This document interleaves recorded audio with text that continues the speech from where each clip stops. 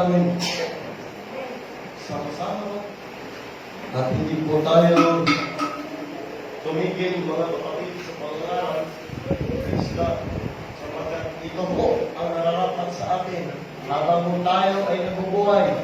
Kailangan po natin mga kapatid alamin, amen, kung ano ang mga bagay na nararapat natin gawin at nararapat natin iwasan na hindi dapat gawin. Praise God. Amen? Amen. Usan ko natin ang ating aklat dito mga kapatid sa ikaw Timoteo 2:22. Amen? Ang sabi po rito, maaari mo bang basahin kapatid? Dapat layuan mo Layuan mo ang masasamang kita ang masasamang kita ng kabinataan at sundin mo ang kabanalan, ang pananampalataya, ang pag-ibig, ang kapayapaan, kasama ng mga nagsisitawag sa Panginoon mula sa pusong malinis. isga. So meron pong tinutukoy yung rito na dapat layuan.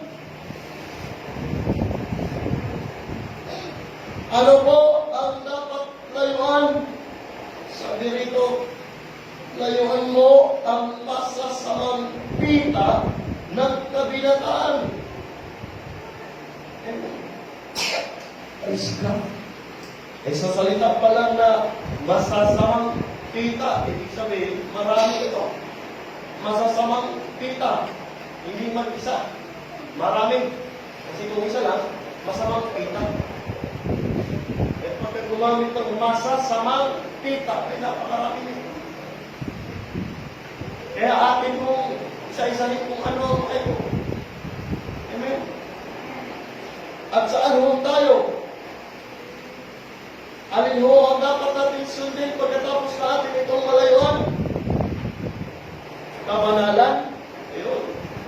Sundin mo ang kabanalan, ang pananampalataya, ang pag-ibig, ang kapayapaan, kasama ng nagsisitawag sa pangalan ng Panginoon, nagsisitawag sa Panginoon mula sa pusong malinis. Praise God. Kaya mapayag ang taong may malinis na puso sapagkat makikita niya ang kanyang ng langit. Amen?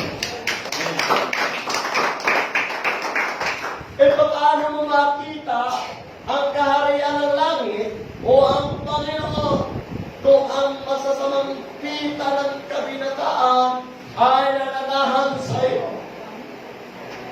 Praise God. Kaya napakaswerte ko ng mga kaanib ng LGC. Bakit? Ay dito, wala kayong pinipili. Masakta na, masakta.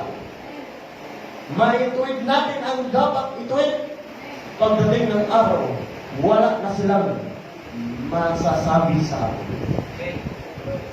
Pagdating ng judgment, talagang ako ay maraming ituturo, maraming daliri ang ituturo dahil sa iyo. Yan. Hindi mo tinuro sa amin. Marami ngayon. A clock without hand. Ano yun? Clock without hand. Alam niyo po yung clock na orasan na manual, hindi siya automatic. Kasi yung automatic, pagka alam 10, nandiyan na agad, alam 10, 10:30, alagay 10:30 agad, 10:31. Pero ang orasan na manual ay kailangan mo pang kumpitin. Bawa, nakatapat doon sa number 10 yung maiksi at yung mahaba naman na nakatapat doon sa 30 at yung mabilis umikot yun sa segundo eh. Yung mahaba sa minuto, yung sa maiksi na mabagal ang uso, yun yung sa oras. Try mo lang tanggalan. Tanggalan mo ng mga kamay. Ano bang ituturo niya na oras? Malalaman mo pa kaya kung ano oras? Na dapat ka na palang kumain, dapat ka na palang pumasok, dapat ka na palang umuwi sa bahay mo. Hindi hindi ka lang, bakit? Hindi mo alam kung ano mo, bakit? Walang nagtuturo kung ano ang tamang oras. Kaya dito sa gawa ng ating mahal ng Panginoon, itinuturo natin na ang tao ng Diyos ay maturuan sa lahat ng gawa mabuti. At lahat ng masamang gawa ay ating itakwil, alisin natin sa ating buhay na naman. Isang kagalakan po sa akin ang ganito sa inyong mata. Parang ako kung may pagpamerak na ako, hindi ko po alam kung ano ako ngayon. Eka, basta po, dati ay po ganito.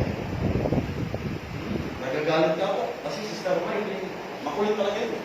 Ako lagi tinuturo, ako lagi. Ha? Eh, di pa naman talaga marunong po siya. Diba? Ganit ako nun. Ako lang lagi. Ayaw ko kasi yung ako lagi yung nandiyan. Gusto ko makinig lang. Pero, kasi hindi natin alam. Amen? Ang sabi ko na lang, sa ating hindi ako papayag na masayang lang sa ating hindi rin ako papayag na yung mga mahal ko sa buhay ay mabigo. Hindi pwede. Kasi lagi mo natin naririnig dito. Bakit? Paulit-ulit mo natin naririnig. Para ma-reminder po sa atin. Kasi kapag inulit-ulit, mas lalo natin natatanda. Amen? Praise God. Ito po, ang sabi ni Apostol Pablo sa Acts 20:35.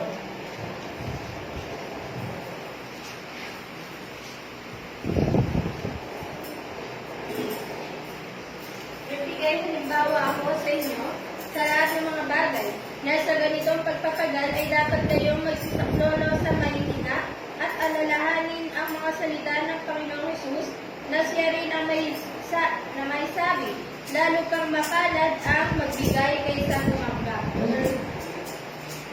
Yung kukunin po natin dito ay yung pong word na nagsasabi na sa ganitong pagpapagal ay dapat kayong magsisaklo sa mahihina at alalahanin ang mga salita ng Panginoon. Kailangan mo talagang alalahanin eh. E paano mo yung maalala? Halimbawa, makalimutin ka. O yung bata, inutusan. Bigla sa mga anak. Eh, nung nadapa, nakalimutan. Bumalik. Bumalik ulit, nadapa eh. Maano ulit ang bibilin ko? Suka, anak. Suka, ikaw daw. Suka. Dinak-nak. Suka. Suka. Baka bago pa yung excited. Tapos inutusan. Nadapa pa. Grabe naman yung nanay na yun. Sige, ano na. Sige. Bumili siya ulit. Nilalaglag yung piso. Pinulot niya ngayon. Pagkalaglag sa piso, pag nakalimutan niya ulit kung ano ang bibili niya. Balik siya ulit. Maano ulit bibili ko? Ako natalakay. So, mahirap pagka hindi inulit-ulit. Kasi may mga bagay na pag wala, okay na sana eh. Andun na sana yung 1 Timothy 2:22 eh. Andun na sana. Nasa isipan na natin eh. Kaya lang, nag-post ka sa Facebook, ang daming nag-like. Yeah. Nabalik doon. Tapos may, inalak mo talaga yung nagpuso. Ayun. Hindi na tingnan kung may nag-like eh. Yung puso. Kung sino yung pumusok sa puso mo. Eh ano ba post niya? Selfie. Diba? Ay, di naman masama yan mga. Pero ang dami mong bagay na pwede yung makapag-wala sa isipan natin sa ating sa salita ng ating mahal na Panginoon. Mabalik ka doon ba? Di ba? Ay, talagang napaka-interesting na mga bagay mo kaysa salita ng Panginoon para sa mga tao yun. Pero para sa atin, mas lalo interesting naman ang salita ng Diyos. Bakit? Praise God. Ito na ay baluti, kalasan natin. Ito na ay makapagdulong sa atin sa kaligtasan. Ito na yung magbibigay sa atin ng buhay na walang hanggan. Dito natin mababasa na makikita natin ang Panginoon ng mukhaan. Dito rin natin malalaman na may langit at inferno pala. Amen. At may paraiso at may hadis. Kaya ito po mga kapatid. Hindi ko tayo naturuan ng mga mali-mali sa salita ng Panginoon. Kaya nasa atin naman, kaya puntis tayo kung sino maligtas. Diba? Ano sabi ni Apostol Pablo sa unang Korinto? Ang gano'n natin, nakaka-encourage naman ni Apostol Pablo. Unang Korinto, unang mga kapila. Kung tayo sigurado, magandang tingnan mo. Okay. 9:24 hanggang 27. Praise God. Ang unang Korinto. Hindi ba ninyo nalalaman Hindi ba ganinyo nalalaman na ang mga nagsisitakbo na ang mga nagsisitakbo sa takbuhan ay tumatakbong lahat? ay tumatakbong lahat? Ngunit iisa lamang ang tumatanggap ng gantimpala. Iisa lamang. Tandaan natin. Iisa lamang ang tumatanggap ng gantimpala. Tuloy. Magsitakbo kayo ng gayon Magsitakbo kayo ngayon upang magsipagtamo kayo. upang magsipagtamo kayo. Tuloy. At ang bawat tao At ang bawat tao na nakikipaglaban sa mga palaruan na nakikipaglaban sa palaruan ay mapagpigil sa lahat ng mga bagay. ay mapagpigil sa lahat ng bagay.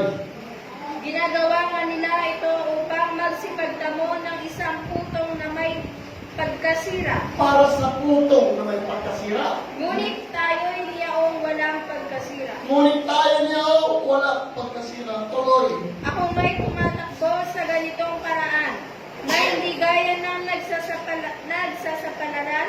Sa ganito rin ako'y sumusuntok na hindi gaya ng sumusuntok sa hangin. Sa 27, ngunit hinahampas ko ang aking katawan at aking sinusukin. Baka sakaling sa anumang paraan, pagkapangaral ko sa iba ay ako rin ay itakwil. Amen? Ito delikado eh. Akala ko natin, napakadali yung tayo mangaral, tayo yung nasa harap. Ay, napakadelikadong bagay eh. Sa atin ho, sa kasalanan ng kaligtasan ng ating sarili at ang kaligtasan ng mga nakikinig sa atin ipinapangaral na mula sa salita. Pero sina-challenge ko tayo ni Apostol Pablo. Kung sila nga nagsitakbo sa takbuhan, nagsipagpigil, sabi ko nagsipagpigil. Alam nyo ba? Nagsipagpigil sila. Pero sabi ron, ginagawa nga nila ito upang magsipagtamo ng isang putong na may pagkasira. Ibig sabihin, walang kapulgan. Kinakalawang. Amen. Pero ang sabi niya, ngunit tayo'y niyaong walang pagkasira. So walang hindi natin na yung ating sarili sa ating paglilingkod na ito ay walang kabuluhan. Napakalaking bagay ito para sa atin. Sabay, bukas pangalawa, si Sister Bansi, nangangailangan siya ng tungkol. Eh kung papalarin siya, pinalaki niya ng maayos ang kanyang anak, ay bibilan siya ng legit. Oh. Eh dahil sa katanda na talaga, bibilan na siya rin ng bidi. Sabi siya, totoo po yan mga kapatid. Tatanda rin tayo at kumulubot ang ating mukha. E pagka kumulubot ka na, Brother Iman, sino bang magkakagusto sa'yo? Ang Panginoon. Bakit?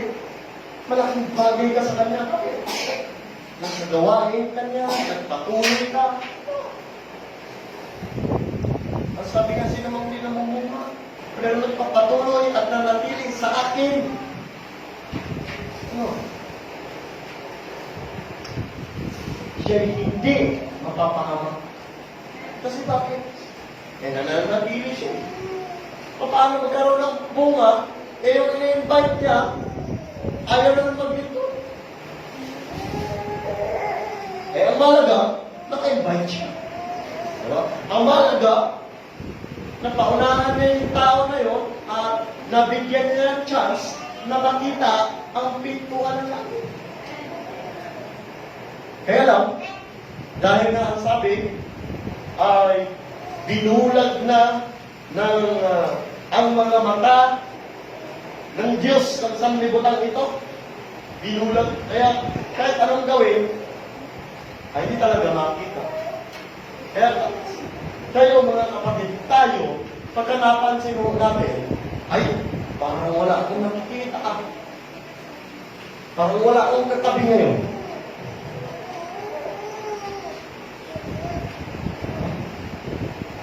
Eh, baka binulag ka na, abay mag-ingat ka.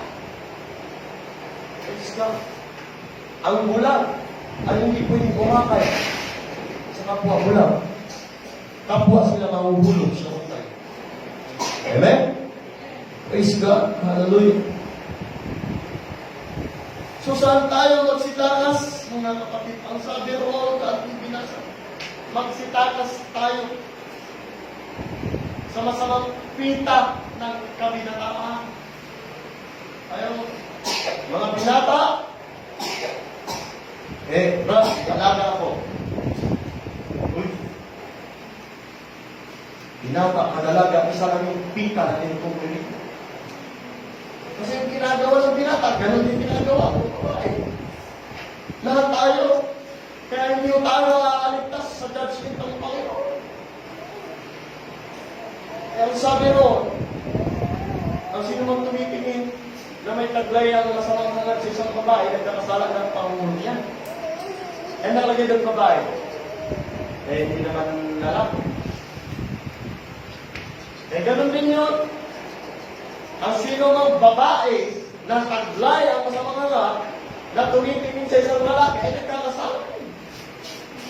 Kailangan pa ba ng talata? Sapat na yung ay 20 ng pati. Pagkataglay ho natin. Mag-ingat ho tayo. Kung gusto po natin ng buhay na walang hanggan, at huwag tayo magsisipan ng mundo. Alisin po natin ang masamang kita ng kabilang. Kasi yung sinasabi niya, laging nasa huli ang matangkad. Laging nasa una yung ang mga pandak. Alam natin. Kasi alam natin kung saan talaga tayo. Form your life. Find your height. Ayusin ka, nangungulat tayo. Pero huwag ka. Natutuwa rin tayo minsan. Kasi kahit gano'n, okay, pumapangatlo, pumapangalawa rin. Sabi ba? Ay, mahirap naman. Pagka find your height, tapos nasa pinakadulo, hindi ka na makita. Nung binilang, sa 2, 3, 5. O, 5 lang kayo. Binigyan ng pizza 10,000. O, ito lang. Wala na. Ito lang. Nandun eh. Nagtago. Sabi, huwag natin kaya yung mga tunay. Kasi pagdating ng araw, aba, diba? papalitan ng Diyos ang katawan ito ng katawan na walang kapintasan.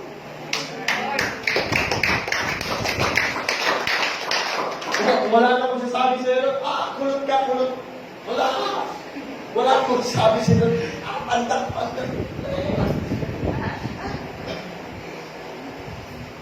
Pantay tayo. Amen?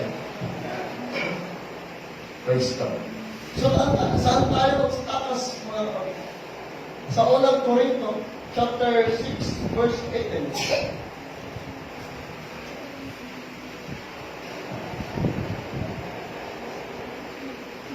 Magsitakas kayo sa pakikiapid, lahat ng kasalanan gawin ng mga tao ay nangasa labas ng katawan. Ngunit ang gumagawa ng pakikiapid ay nagkakasala laban sa kanyang sariling katawan. Yun. Isa sa aming tatakasan. Yung pakikiapid. Isa pa lang yan. Kung isa-isa yun natin na pagkakala. Abutin tayo ng umaga. Kanina lang, merong Sunday school, isang oras, makulang isang oras. Merong preaching, makulang din isang oras. Pero salamat sa hindi naman tayo umaabot din isang oras sa binibidyo natin eh. Hindi umaabot din isang oras.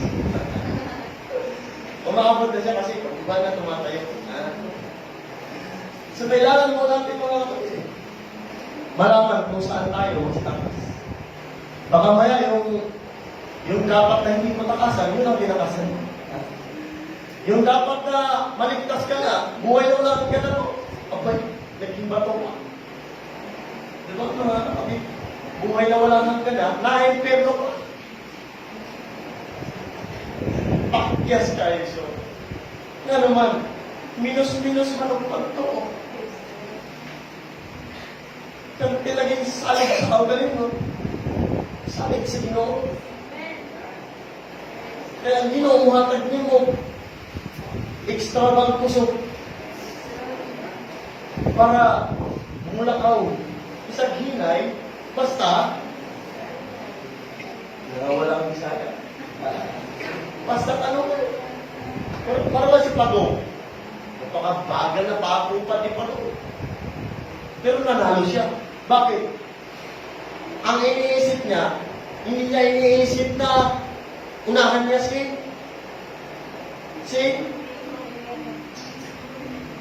Kuniho. Hindi niya iniisip na unahan si Kuniho. Ang iniisip niya, maabot niya yung finish line nila. Kung iniisip niya naman na unahan si Kuniho sa bagay niya wala naman siyang magagawa. Kung nakita niya natulog si Kuniho, matulog din siya. Mas tulog naman si Kuniho. Pero hindi. Nakikita niya yung finish line. Ako, yun lang ang kanyang iniisip na marating niya yun. Kahit abutan pa siya magdamag, basta marating niya yun, okay lang sa kanya. Amen? So, ano nangyari? Patulog-tulog, patamag-tamag, si Kuniho, abay natulog, kapatid. Mabilis siya, pero walang utak. Oo, mabilis siya, pero yung utak niya ganito lang. Oo, magkatawanan talaga natin yung mga Kuniho. Diba? Kasi mabibilis talaga sila. Lalo na pagka may relief goods. Walang gusto. Dati naman katuwaan lang ito. Hindi mo kaya ay, totoo naman tayo kahit saan ngayon. Problema talaga yung relief goods. Ang galay niya, hinihintay na wala pa rin. Ay, nako. Ang hirap. Pagka nasa Kuniho tayo. Right? Pero yung mga Pado, abay, mabagay yan, pero makakasahan yan. Praise God. So, isa yun sa mga ating tatakasan. Yung pakikiapid. So, paano tayo tatakas sa mga bagay na ito?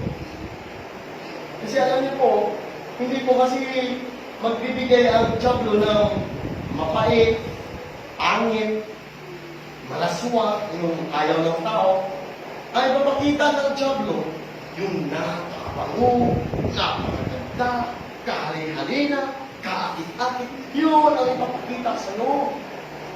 Ikaw, ay, kaya hindi mo naman pupuntahan o gugustuhin yung pangit na bagay. Diba? Lalo na kung alam mo nakakasira sa'yo. Pero ito ang ginagawang frontliner ng Diablo. Ipapakita sa'yo, napakabango. Yan, ang bango-bango talaga.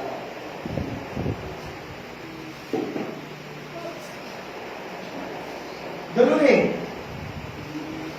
Marami ng lingkod na Diyos. Dati ito. Wala na ngayon. Dati. Ano yung dati? Babae. Magagandang babae. At na naman magagandang bina. Niligaw. Ilingkod ng Diyos magagandang babae. Gusto ng babae, ilingkod sa Diyos. Manligaw ka. Ay, lingkod-lingkuran. Ang bait-bait talaga. Ay, no. Ang sabi nga, di makabasag pinggan. Oh, pati yung tatay. Niligaw. Minututo. Kinaibigan mo na yung tatay. Kaibigan ng tatay, wala nang problema ba? Pag pumalit kong nanay, yung tatay naman eh. Ano ba? Ganun eh. Kinakaibigan ng ulam, ginawa ng lahat. Uy, ayun. Kung binisilo na si tatay, si nanay. Yari mo yun si magandang dalaga. Na ano? Yari. Kung binisilo na. Ayun. Namandita na. Kinasal. Hello, kinasal na. Ayun na. Nagsimula na ang kalbaryo. Biglang nakita ang kulay ng kulay. Ni magandang lalaki. Pati si tatay, hindi na gustuhan ang kulay. Pati si nanay, huli na. Salamat talaga siya. Nasa Panginoon si tatay. Diba? Yung iba naman, pinagbabawalan ng mag-dito. Yung iba, wala na. Wala na sa gawain. Bakit? Kung nagliligawan pa, ay sarado pa yung pinto ng simbahan. Ay, dalawa sila. Nauna nga, di naman naglinis. Usap lang sila. Excited eh. Excited. Alam mo naman, excited sa Panginoon. Excited pala sa nililigawan. Kaya mahirap po, mga face ka. So, paano tayo makatakas sa mga kapatid? Hindi mo basta-basta eh. So, alamin mo natin kung paano tayo tatakas. Ayon sa Proverbs, chapter 6, verse 5,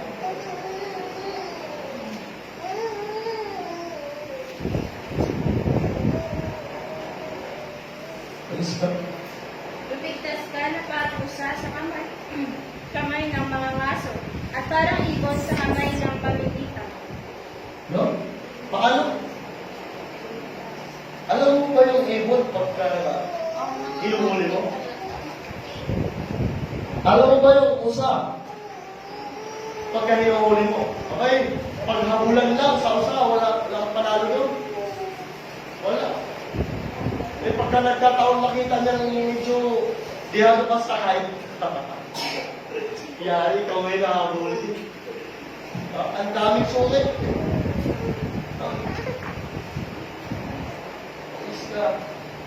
So, paano lumigtas ka na parang usa sa kamay ng mga ngaso?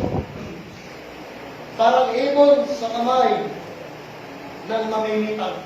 Ayun. Lumigtas tayo. Tatakas mo tayo sa buhay sa atin. Napakabilis tumakbo ng usa. Napakabilis na. Pagka nandiyan ako, yung bibitag sa atin at mga naso sa atin. Tumakbo tayo ng parang puso. Yung iba, pagka nandiyan na yung bitag, lalapitan. Lalapitan pa. Hindi ako maapituhan yan. Tingkod ako ng Diyos. Wala. Ano ako eh? Tapat ako sa Panginoon. Diba? Ganun eh. Bakit siya? Nagpakita sa kanya. Ako, magandang babae. Magandang katawan. Tapos kinidatan siya ngayon. Nakalimutan niya ang taman niya. Nakalimutan niya boyfriend niya. Siguro tayo kaya sabi mo rito, lumigtas ka na parang usa, na parang ibon, no? Sa mamimitan. Pagka alam na yung tao na papunta sa ibon, ang ibon ano, lumilipat yun. Lumanap na ibon bang lumanap. Alam na ng ibon na, iyoko lang sila. Lilipat yun. Alam mo natin na mabibitag mo tayo. Sa umpisa pa lang, marami na natin. Huwag na natin bigyan ng daan na makapasok pa sa ating buhay. Amen? Pagkatapos natin makatakas, saan tayo pupunta? Diba? Nakatakas ka na. Alam nga naman kung nakatakas ka na eh. Paikot-ikot ka pa rin doon. Paikot-ikot ka lang doon sa labas ng tinatakasan mo. Di mo ba alam na hinahanap ka? Di ba? Nakatakas ka na sa mga silo ng diablo, sa mga tentasyon. Ang ginagawa mo naman, paikot-ikot ka lang doon sa tinatakasan mo. Kaya minsan napapatingin ka pa rin. Paminsan-minsan. Diba? Napapalingin ka pa rin. Sarap ka. Diba? Nakuha na ako. So, nandun ka lang. Ang nangyayari sa'yo. Yan to. Nakatakas ka na. Siguraduhin mo muna nakatakas ka. Saan ka pupunta? Kung nakatakas ka na mga kapatid. Ang sabi mo, sa unang Timoteo, praise God. Chapter 6, verse 11. Datapwat ikaw o tao ng Diyos, tumakas ka sa mga bagay na ito at sumunod ka At sumunod ka sa katwiran, sa kabanalan, sa kabanalan, sa pananampalataya, sa pag-ibig, sa pag-ibig, sa pagtitiis, sa pagtitiis, sa kamuhan. sa kaamuan. Ayun, magpapaandong ka rin sa Diyos. Amen? Sa pamamagitan ng kabanalan, pananampalataya, pagtitiis, kaamuan. Amen? Ay tiyak, wala nang lalapit sa'yo. No? Banal ka na.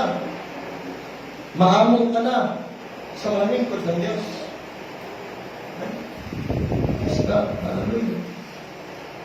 Ano ang hakbang na dapat gawin para makaiwas tayo sa ganito?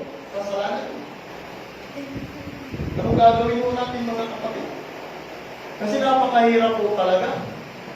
Alam niyo po yung kasalanan, yung number 1, at nadahilan para ang tao ay bumubuloso sa dagat-dagatang apoy. So, ano ang hakbang? Ano ang gagawin natin? Hakbang, praise God, para makaiwas sa ganitong sitwasyon, sa ganitong kahirapan, sa ganitong kasalanan, praise God, tentasyon, ano? Sa unang Pedro, chapter 2, verse 11.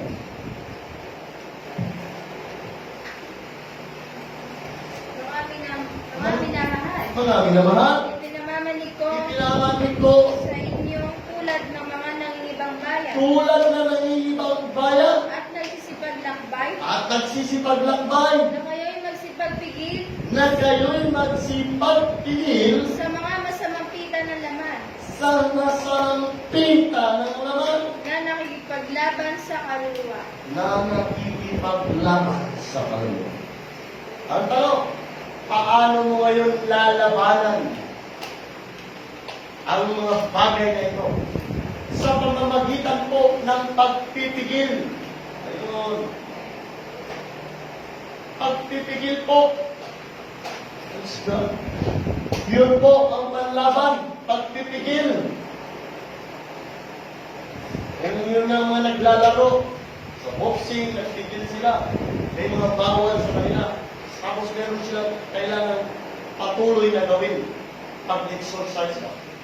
Exercise. Kain ng tamang kain.